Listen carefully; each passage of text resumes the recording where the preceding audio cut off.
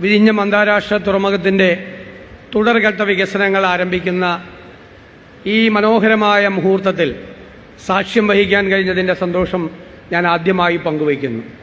ഒന്നാം ഘട്ടം ഉദ്ഘാടനം ചെയ്യപ്പെട്ട് പെട്ടെന്ന് തന്നെ രണ്ടാം ഘട്ട ഉദ്ഘാടനത്തിലേക്ക് നമുക്ക് ആരംഭിക്കാൻ കഴിഞ്ഞതിന് നേതൃത്വം കൊടുത്ത എല്ലാവരെയും ഞാൻ ഈ അവസരത്തിൽ പ്രത്യേകമായി അഭിനന്ദിക്കുകയാണ്.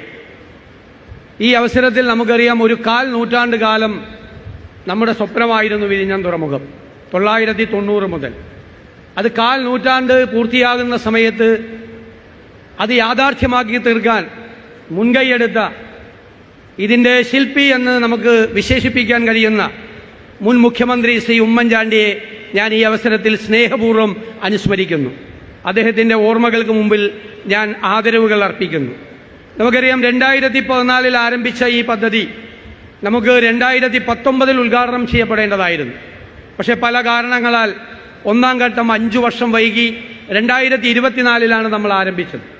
അതുകൊണ്ട് തന്നെ ആ ഒരു വൈകൽ നമുക്ക് ഇനി എല്ലാ കാര്യങ്ങളും വേഗത്തിലാക്കി നമുക്ക് മുന്നോട്ട് കൊണ്ടുപോയാൽ മാത്രമേ ആ കുറവ് നമുക്ക് പരിഹരിക്കാൻ കഴിയുകയുള്ളൂ.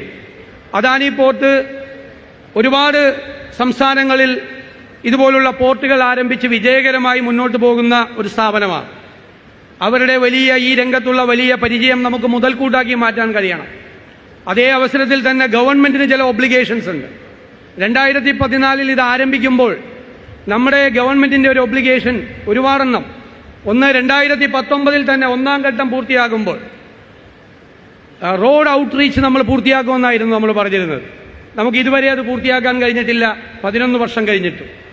ഒന്നാം ഘട്ടം 2019 പൂർത്തിയാകുമ്പോൾ റെയിൽ ഔട്ട്റീച്ച് നമ്മൾ പൂർത്തിയാക്കുമെന്നാണ് നമ്മൾ പറഞ്ഞിരുന്നത്.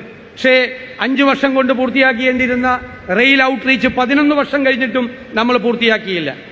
ഈ പദ്ധതിയുടെ ആരംഭ ദിശയിൽ തന്നെ ഒരു മത്സ്യബന്ധന തുറമുഖവും ഒരു മത്സ്യ സംസ്കരണ പാർക്കും ഉണ്ടായിരുന്നു.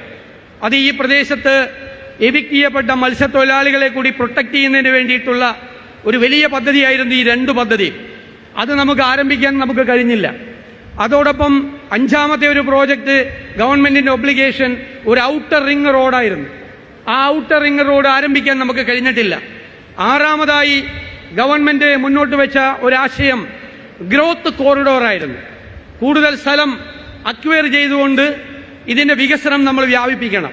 ഈ വിഴിഞ്ഞം തുറമുഖം കേരളത്തിന്റെ വികസനത്തിന്റെ നാഴികക്കല്ലാക്കി മാറ്റി അത് ദക്ഷിണ കേരളത്തിന്റെ അല്ലെങ്കിൽ കേരളത്തിന്റെ തന്നെ വികസനത്തിനാക്കി അതിനെ മാറ്റണം. 2014 മുമ്പ് 90% സ്ഥലവും നമ്മൾ അക്വയർ ചെയ്തിരുന്നെങ്കിലും പിന്നീട് ആവശ്യമായ സ്ഥലം അക്വയർ ചെയ്യുന്നത് വളരെ മന്ദഗതിയിലായി.